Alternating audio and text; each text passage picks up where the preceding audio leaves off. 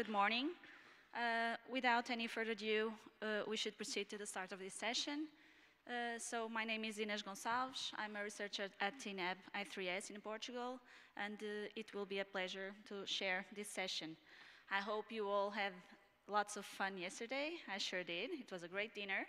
And so I would like to call Arben Merkoçi to the stage to introduce him to us to this talk. Thank you. Thank you very much. Thank you very much all for being here after yesterday dinner.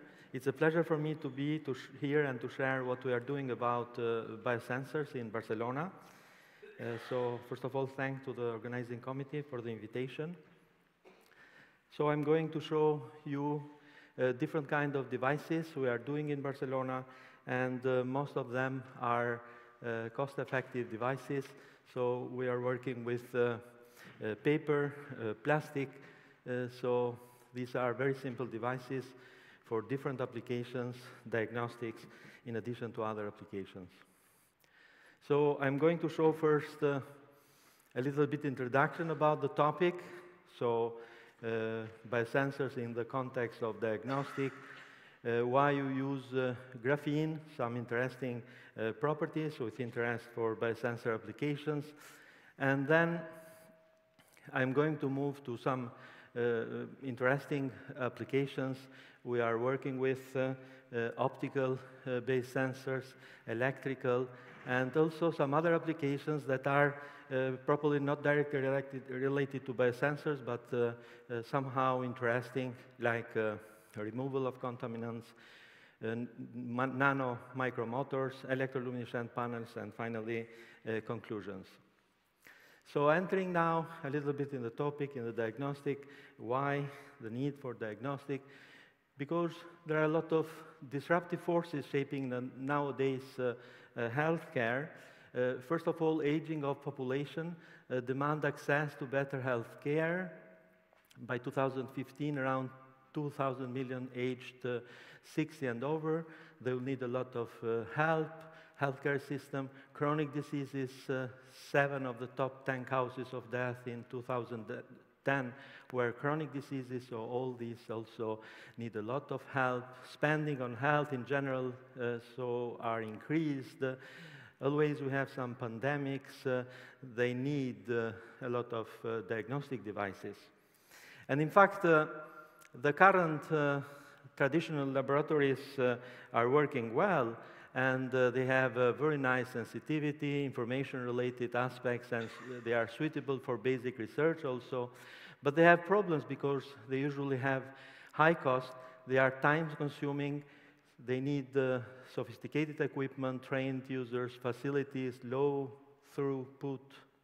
So there is a lot of need for point-of-care devices that will be able to achieve in situ immediate testing, control, close control, and monitoring.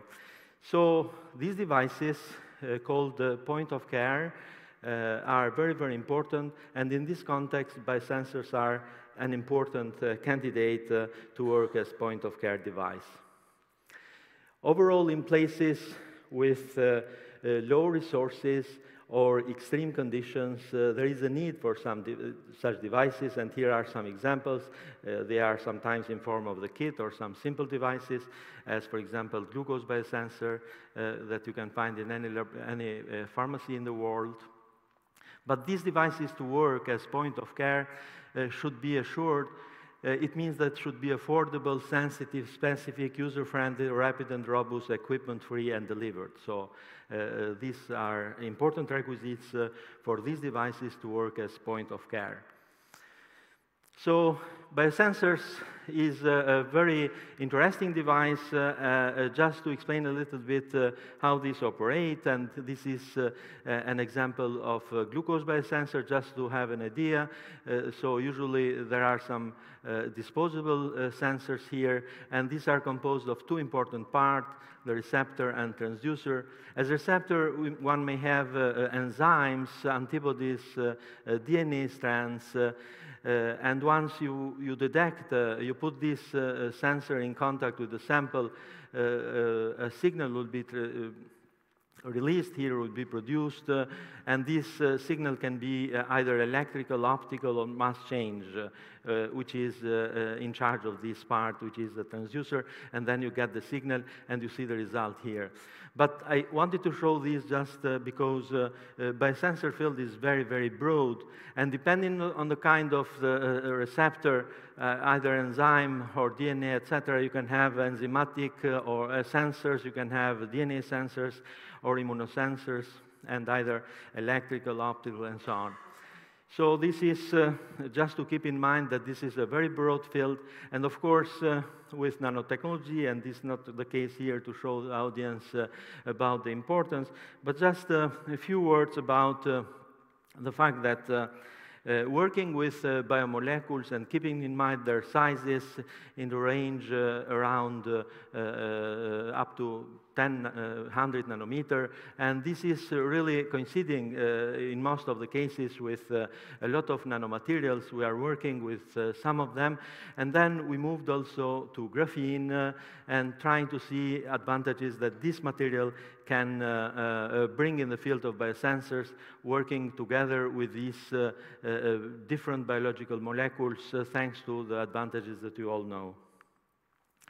So thanks to the nanomaterials and also graphene, we have seen also a lot of interesting applications. There are possibilities also to build wearable devices, smart packaging and control, for example, of food, implanted devices in vivo formats, and a lot of other applications. So biosensors nowadays are everywhere.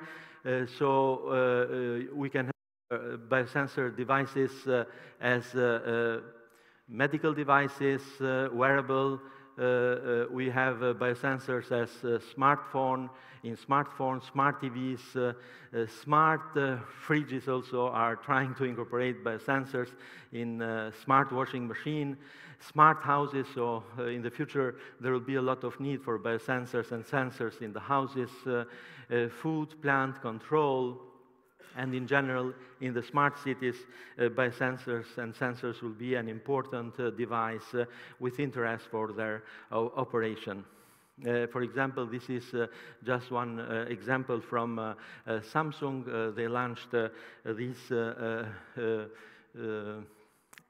device to follow some parameters with interest for sports. Of course, they are not still able to incorporate there some biomedical parameters, but still some physical parameters.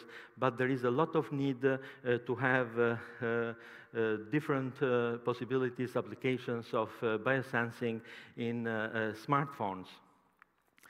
Here are some examples. You can see here that biosensors are nowadays connected too much with smartphones, so everybody has a smartphone, so why not to use this with some biosensing application with interest for health, environmental monitoring. And you can see here a smartphone connected with lateral flow device. This is similar with pregnancy test, or a smartphone that is connected and used to do some microscopies. Even the old model we have been used for electrochemical-based biosensors and other applications. So this is an interesting application from Google Glass. Google. They are using this Google Glass. This guy here is measuring the lateral flow, and of course he's evaluating the image there, and then the signal is communicated and sent probably to the medical doctor. So, as I said, biosensors will be everywhere, and if we consider also the smart cities in the future, these devices will be part of all these smart cities parameters, smart energy, smart buildings, smart healthcare, all these will need sensors. So I think there will be a lot of need and challenges for these devices. So there are a lot of challenges in this field, as you can imagine. we need these biosensors, these devices, to be sometimes completely non-invasive, or we want these to be able to do continuous detection, real-time monitoring. Sometimes we need devices that will generate big data, so this is also an important challenge. But importantly, these devices should be cheap, low cost, or sometimes probably disposable. And sometimes we need also to correlate these data to get insights about the body. So there are a lot of challenges in this field. So keeping all this in mind, importantly, if you want these devices to go in the market, in addition to this, we need these to keep in mind several aspects related to their commercialization. Cost performance is very important. So these devices should be more attractive than commercially available devices. So if we want to offer something with interest, of course, better sensing performance at low cost. This is crucial also. Manufacturing aspects also are very important if you are developing a biosensing technology. So single device reproducibility, batch to batch, very important. New manufacturing solution that enable new devices, so is important to be considered. And mass production, so if you have technologies that cannot be mass produced, this is not going to work, so we need the scalability of device production, scaling factors to be known, and biosensing standards and nanometrology is very, very important because you have in your device, your biosensor, a lot of parameters. So if you want to bring these to the market, you need to have a very, very clear nanometrology in case of nanomaterials applied in biosensors, and be able to ensure finally a robust device that can be really useful. So we have been working in the field since many, many years. So working in different kind of nanomaterials like quantum dots, semi-metallic nanoparticles, gold nanoparticles, core shell materials for different, with different properties, taking advantages of their plasmonic, fluorescence, catalytic properties. We have been working also and still working with porous materials, nanopores, porous materials for different applications, including filtering of the sample. We have been working also with carbon nanotubes, and we found that there are some interesting properties I'm going to show and why we are working of graphene. And also we are working in some integrated system like microfluidics based on lateral flow.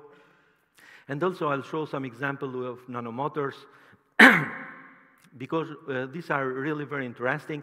Seems like science fiction, but we want these devices to pick the analyte because handling with real samples is really very, very challenging.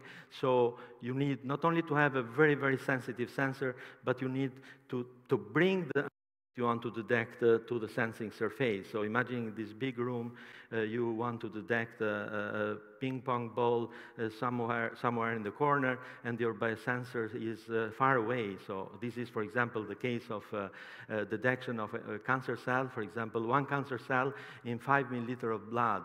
So this is really very challenging. You need not only to have a very sensitive system, but also you need to deal with the metrics of the sample. You need to do a removal of interferences, filtering, and so on until up to the moment that you will do the detection. So these are really very interesting.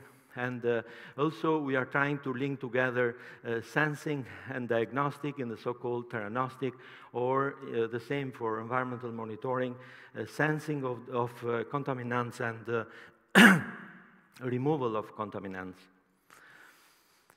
So, as I said, we are trying to develop cost-efficient devices.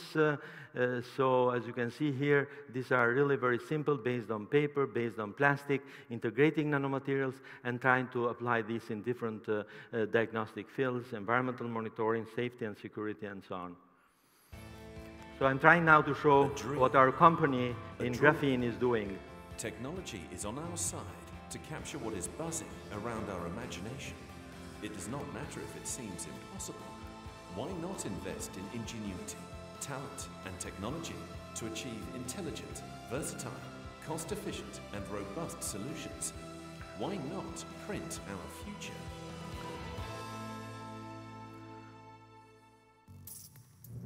This way, we can face all the challenges that appear day after day with new scenarios in such varying environments as transportation, logistics, home, office, or the internet.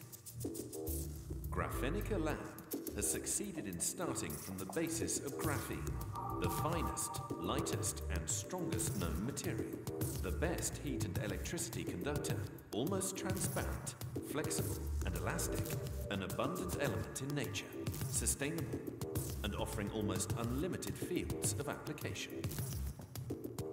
Starting from a graphite exfoliation process, we can transfer the properties of graphene to any material, making it intelligent and enabling it to become a sensor for any physical, chemical, or biological task. Even for heating. We do this through a proprietary technology, wax printing membranes, accepting a wide variety of water-based inks at a highly efficient cost, and which can be mixed with biological material, opening a door of infinite possibilities in terms of biosensors manufacturing. This system means a world of unlimited creative possibilities, no matter the shape or the size or the final use.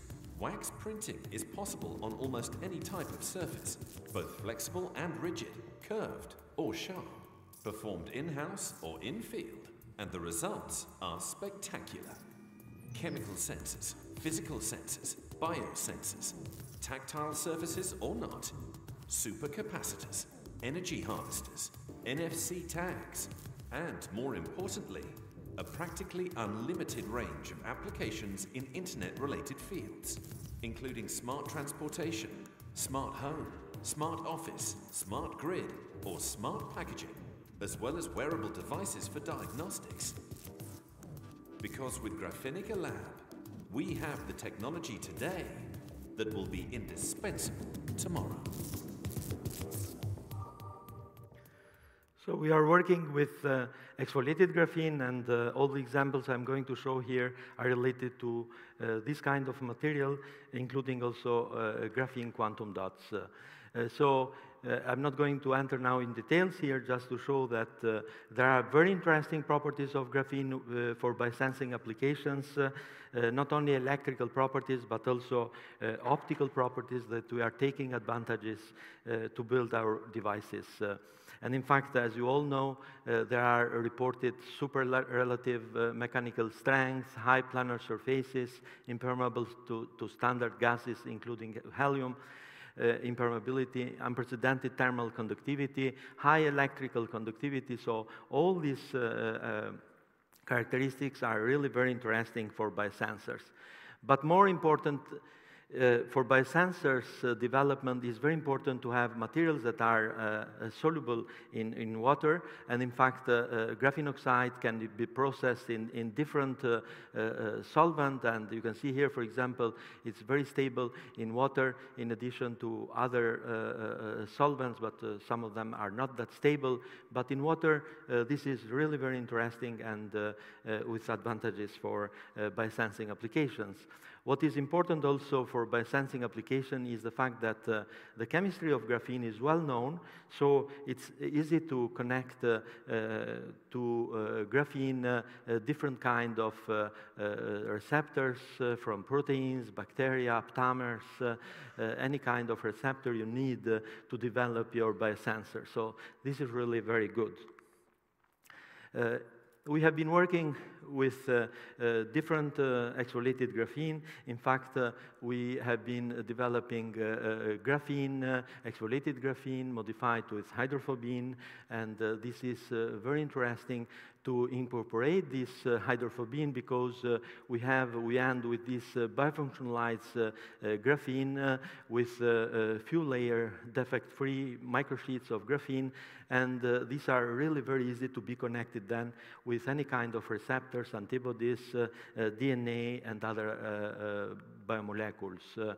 In fact, we applied this to connect quantum dots, even graphene oxides and proteins, and use this in microarray technology to do some detection of model proteins. And we found that the use of this hydrophobine-modified graphene is really very, very efficient, and we are able to achieve a very fast functionalization in less than 2 minutes. In addition to graphene oxide, we also did some bifunctionalization of molybdenum sulfide using liquid phase exfoliation and in presence of aminopropyl lysozyme. This is very interesting material that promote the formation of stable protein-decorated molybdenum sulfide because due to the charges in these positive charges that are ensured by this lysozyme, we are able to connect then negatively charged DNA, RNA, antibodies. So this is really a very interesting building block for biosensing applications.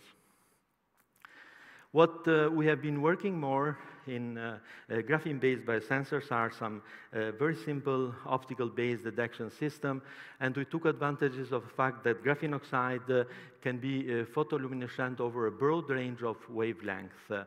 So emission wavelengths, in this case, range from near-infrared region to ultraviolet, and we took advantages of these already reported, and what we did is we try to apply this in some very interesting quenching-based detection systems. In fact, it is well known that for people working in bioanalytical systems with dyes, the systems based on the quenching of the fluorescence work in a way that the donor and acceptor you are involving in this kind of detection, the distance between them is very important for the threat to occur. So it is usually reported for a normal dye system-based system that the distance between the donor and the acceptor for the threat to occur is around 10 nanometer. But in the case of graphene, it is reported that this distance can be even higher, so 30 nanometer. So we took this in consideration and tried to see what happened with graphene oxide. And in fact, we compared the quenching of graphene oxide, of quantum dots, cadmium selenide quantum dots by different carbon materials. For example, quenching by graphene oxide, by carbon nanofibers, carbon nanotubes, and graphite. And we compared, of course, after considering all the characteristics, we found that in the case of graphene oxide, the quenching is almost complete, so around 91%, in comparison to lower quenching induced by graphite, carbon nanotubes, and nanofiber. So this was something good. But what we can do with this quenching of the fluorescence? So based on these interesting properties, and of course of electrical properties, our main idea is to build very simple devices, so based on either quenching of the fluorescence or even by simple patterning onto paper, plastic, or building some simple electrical devices, electrochemical devices, because of their cost, the fact that this is a green technology based, for example, on quantum dots of graphene, and also the fact that we have been working before with different electrical devices and we know very well what is missing and what the graphene can bring. So working in paper is really very advantageous, and as you can imagine, paper, due to the fact that it is composed of cellulose, the low cost is important of this material. This material is easy to manufacture, recyclable, biosustainable, has a porous matrix. This is important. The fact that the paper has already the porosity, this is very helpful because thanks to the capillary forces, we can create, and paper can bring a zero energy device, so you don't need to have pumping system because you have a simple microfluidic induced by capillary forces. In the paper, you can do easily modifications, so the architecture of paper can be changed. In fact, we have been working on that Interestingly, in the paper you can also integrate nanomaterials, and you can transform your paper into plasmonic, fluorescent, photoluminescent paper, and use these for biosensing applications. So one of the materials we have been working with is bacterial cellulose nanopaper. This is produced by a specific bacteria, and it is a very interesting material because it is biofunctional, hydrophile, has high porosity, broad chemical modification capabilities in addition to high surface area. So we use this material to modify it with different kind of nanomaterials. In fact, firstly, we have been working with modification of this with silver nanoparticles, with gold nanoparticles in addition to quantum dots. So the idea working with the paper is to transform this paper thanks to the use of nanomaterials in a simple sensing device, as simple as, for example, when we detect pH by using paper pH. So by using this material, and here it is just shown how this looks. So we build, for example, two-dimensional cuvettes, two-dimensional microwell plates, so as to use these in a spectrophotometer to measure. And then by measuring, by taking images of these different colors coming from plasmonics or from photoluminescence, we are able then to correlate the change of the color with the analytes we want to detect. For example, this is one for detection of some simple compounds using the different papers, for example, with silver nanoparticles or with gold nanoparticles. Thanks to the interaction of this paper with these different compounds and containing these nanoparticles that change in presence of this analyte, we found out changes of the color that we correlate with whatever we want to detect. But I'll show you what we do, for example, in connection to graphene and paper. And this is one example we have been developing, first to show the principle that we developed and reported in microarray technology. So we are working with this first with some glass slides modified with quantum dots connected with antibodies. So in presence of bacteria, for example, E. coli, which is captured by these antibodies, and in presence of graphene oxide, due to some electrostatic interaction, graphene oxide stay on top of this bacteria. So the distance between the between the quantum dots and the graphene oxide is huge due to the presence of bacteria. So the fluorescence of quantum dots is on. But in the case of the sample that do not contain bacteria, you can see that the graphene oxide approach the quantum dots, so the fluorescence is off. So we have a kind of very, very sensitive, we call it digital light response system, where there is a fast increase of the fluorescence in the case of bacteria presence, and this is totally different if you compare this system with the conventional system based on ELISA, where you need to use two antibodies, and in this case the response is analog one. So you have a broader, probably, response, but what we need, for example, in the case of toxicity test is a yes or no. So you are interested to know if there is a bacteria or not. So it doesn't matter how much, because this is for security applications, and to have some threshold that show you that you can use or not, for example, this food and so on. So considering this device now, the principle, the operation principle, we build this simple paper-based sensor. So we put everything onto the paper. So we put all these quantum dots with antibodies.